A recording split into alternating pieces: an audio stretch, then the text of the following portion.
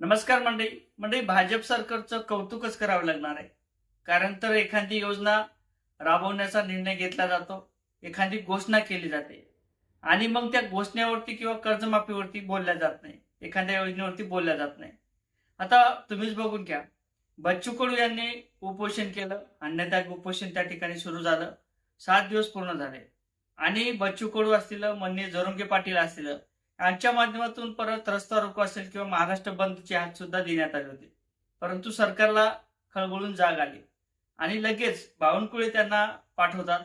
म्हणजेच आपले महाराष्ट्राचे मुख्यमंत्री फडणवीस साहेब बावनकुळे यांना पाठवतात आणि बावनकुळे यांना पाठवल्यानंतर त्या ठिकाणी लेखी पत्र काय दिले जाते, कर्जमाफीच्या विषयावरती आम्ही 15 दिवसात निर्णय घेऊ किंवा समिती स्थापन करू, समिती गठीत करू, असं सांगितलं जाते. आणि परत आता कर्जमाफीचा विषय जर करायचा झाला आणि परत एकदा बच्चू कडू जर उपोषण करतील किंवा रस्ता रोको करतील किंवा रस्त्यावर उतरतील, तर त्यांना सुद्धा कुठेतरी राजकारणाची जी काही चक्रव्यूह आहे त्या चक्रव्यूहमध्ये नक्कीच अटकवण्यात आलेले आहे.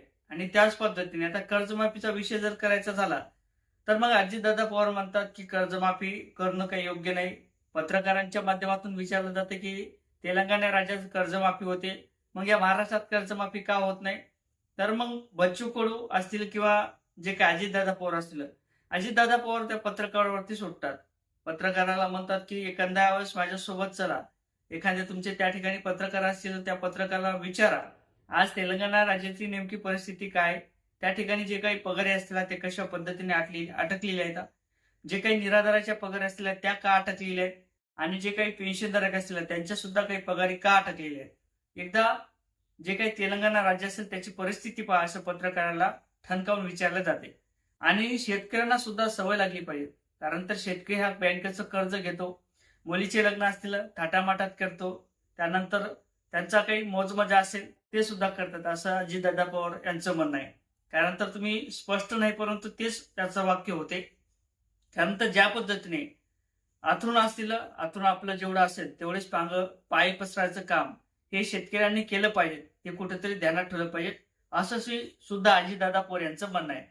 मग अजितदादा पवार यांना जे काही भ्रष्टाचार असेल, जो काही भ्रष्टाचार केलेला असेल, पैसा उकळलेला असेल आणि जे काही शेतकऱ्यांना आश्वासन दिलेलं असेल, ते नेमकं आश्वासन कशासाठी होतं?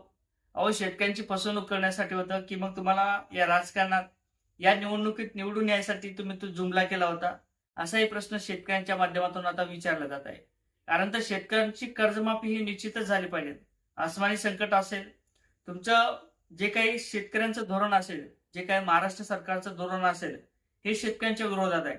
एकीकडे सोयाबीन आयात त्या ठिकाणी केलं जाते, पामोलिन तेल त्या ठिकाणी आयात केलं जाते आणि जे काही भारतात महाराष्ट्रात पिकवणारा शेतकरी आहे त्याचं सोयाबीन मातीमोल घेतल्या जाते. त्याच्या तुरीला सुद्धा भाव मिळत नाही, त्याच्या कापसाला सुद्धा भाव मिळत नाही. मग एकंदरीत जे काही शेतकऱ्यांना सुधारवण्याचा प्रयत्न हे सरकार करत आहे, त्यापेक्षा सरकारने सुधारलं पाहिजे. अशा पद्धतीचे जुमले केले नाही पाहिजेत आणि शेतकऱ्यांच्या चांगल्या पद्धतीचा जर सोयाबीनला किंवा कापसाला किंवा इतर पिकाला जर चांगल्या पद्धतीचा भाव दिला तर मग शेतकऱ्यांना सुद्धा कर्जमाफीची भीक मागण्याची गरज तुमच्याकडे उरणार नाही, असं मला तरी वाटते. या व्हिडिओच्या संदर्भात तुम्हाला काय वाटते नक्कीच कमेंटमध्ये सांगा. व्हिडिओ आवडला तर लाईक आणि शेअर करायला सुद्धा विसरू नका. जय शिवराय.